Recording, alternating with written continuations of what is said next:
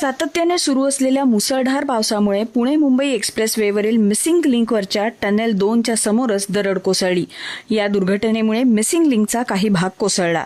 ये एरिया में जो रात भर बहुत ज्यादा बारिश हो रही है, उसकी वजह से टनल के जो एग्जिट है पुणे से मुंबई लेन जो लेन जाती है, उसका जो बड़ा टनल है हमारा, उसका जो एग्जिट है वो साइड पे लैंडस्लाइड हुआ है।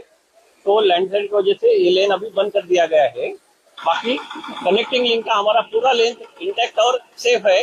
सिर्फ वो लैंडस्लाइड की वजह से एग्जिट में पॉइंट में हमने ट्रैफिक अभी बंद किया है और क्लियरेंस का काम चल रहा है।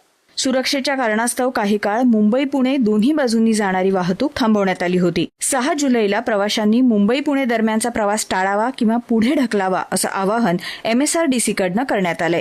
दरम्यान आता कनेक्टिंग लिंक म्हणूनही ओळखल्या जाणाऱ्या याच रस्त्यावर खड्डे पडण्यावरूनही चर्चा होत होती, पण ही टीका योग्य नसल्याचं मुख्यमंत्री देवेंद्र फडणवीस यांनी म्हटलं होतं।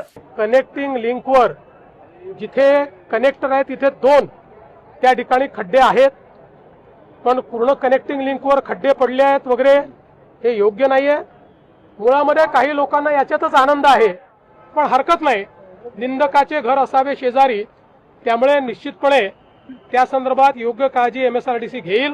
राष्ट्रवादी काँग्रेस शरदचंद्र पवार गटाचे आमदार रोहित पवार यांनी या विधानावरून फडणवीसांवर निशाणा साधलाय। मिसिंग लिंकवरती ड्युरेबिलिटी चेक करण्यासाठी खड्डे पडले होते, मग आज ड्युरेबिलिटी चेक करण्यासाठी दरड कोसळली आहे का? मिसिंग लिंकच्या कामात केवळ दलाली आणि भ्रष्टाचाराची लिंक झाल्याने सुरक्षाच मिसिंग झाली असं ट्विट त्यांनी केलंय।